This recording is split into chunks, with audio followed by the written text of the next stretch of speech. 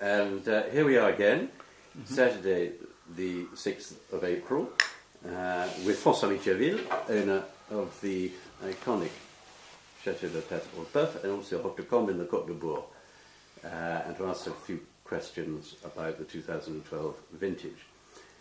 It is difficult, but if you were asked briefly to sum up, ideally in just a few words, the quality of 2012 vintage, what would you say? Heterogeneous, within one word. Excellent, that's about as brief. Moving swiftly on then. Okay. You'll try to find something coherent. Yeah, I've always thought that a rather rude word, peculiar to No, there is no coherence in this vintage, and that is the main question that we'll have to try to fill all the tasters. No, okay. I think that's probably a small way of testing us later on this afternoon. Another difficult question, but we are always asked this by our customers. Is there any vintage in which you could compare, or to which you could compare 2012 at this early stage? Does it remind you of any vintage, even faintly? Adam, please excuse me. I am absolutely unable. No, really. I try to answer to that question. If you can be satisfied, but no, really. So there is no answer to that question? Yes, I've always, all my life, I've been unable to answer to this kind of question. Could you compare a climate with another? No. Could you compare? I'm really disturbed, and I would say that it gets secure to compare to another vintage. But the exact feeling of the vintage is a feeling of something which disturbs, because it is different in itself. And that's why the feeling of vintage as something absolutely charming, which makes dreaming, is that we don't understand. It disturbs the feeling. You know, all greatest vintages, let's say 47, 61, 82, 29, the feeling is not a feeling of classicism. It's a feeling of strange, disturbing, and emotional. Vraiment, c'est vrai. No, I couldn't agree. I couldn't agree more. In fact, I think that all interesting vintages and most great vintages are untypical. They are yes, unnatural. I would say so, really. So, okay. I would say that when a peasant suddenly said, within 1,000 years, we say that is the millésime, it meant that suddenly he thought the fruit had not the same flavor. He did not understand why, and he was troubled and emotionally interested, you know. And he said, I quoted the millésime, what you say, vintage, within one, you know. C'est le sentiment profond, Adam, de la chose. Hein? Difficult, therefore, to make any comparisons, going back to the earlier question. But would it be easier to try and bracket 2012 in good, very good, or great?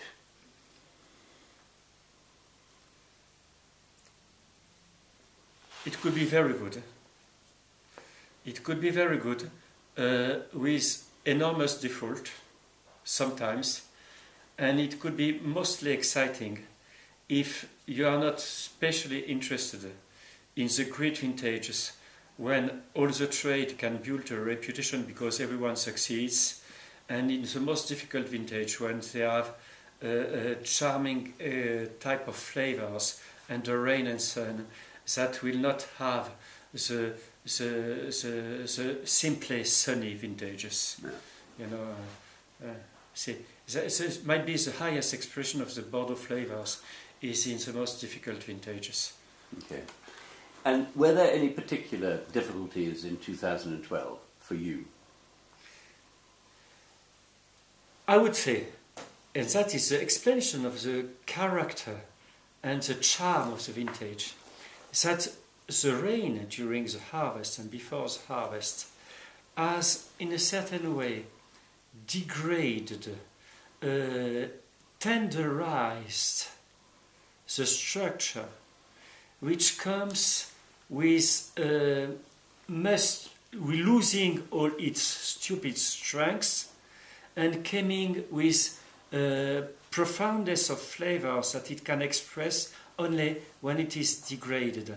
And the tenderness of the structure is a particular type of these difficult vintages when the rain comes and where it's more rare and more difficult to pick up something extremely exciting because the right moment is more precise to define than in sunny vintages. Moving to the general, and not specific to either Tertre, Roteboeuf or Cambes, because you have a very close relationship between your customers and the chateau. But Bordeaux in general, what do you think, over the last few years, Bordeaux has lost a lot of friends? A lot of friends. A lot of friends. What do you think Bordeaux, and I'm speaking Bordeaux in general, needs to do to regain its loyal customers and, above all, to create new ones? About all, create new ones, and also retain its old customers. Well, there's two aspects in your question. The first point, how Bordeaux loses friends in years as 2009, 2010, when the prices grow up stupidly.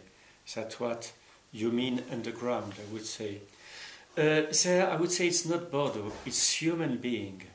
Because if Bordeaux doesn't get up the prices, every wholesaler all through the world will grow it to make more money because every customer wants more of these stupidly quoted great vintages. So afterwards it's very easy to say the ass, to make all the weight on the ass and to make on the weight a moralistic point of view on Bordeaux. It's human being ways, and the Bordeaux market is an enormous free and complex market with 450 wholesalers in Bordeaux. So it's human being ways, and I would not especially criticize Bordeaux. And by the way, I don't know which could be the solution, you know. If Bordeaux doesn't increase, it happens some producers of Bordeaux who said, I don't want to increase. And suddenly, in New York or in Hong Kong, the prices were 4 or 5 times more because everybody is greedy. So it's a pity. But to put a shame on Bordeaux is a little bit unfair, I would say. No, that's the first part of the question. No, what Bordeaux should try to do to gain more customers? I would say that Bordeaux is working, even if myself as a Bordeaux producer, I often criticize my friends. Bordeaux is producing very refined and exciting wines nowadays, with a high level of know-how, a high level of re-questioning about what should be the beauty of the flavors and how should you work getting more profound our ways. I would just say that Bordeaux has to improve its know-how in its particular ways adapted to its country. Afterwards, the trade, how can we change human beings? So it's a human problem. Yes, not a commercial one. I would say so. And to put the weight on Bordeaux is a little bit easy. Which is difficult. Okay.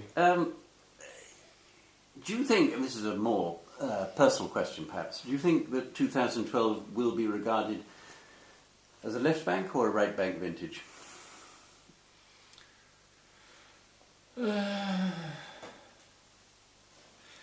I'm absolutely not sure. I would try to say right bank vintage, which can look not sincere because I am on the right bank.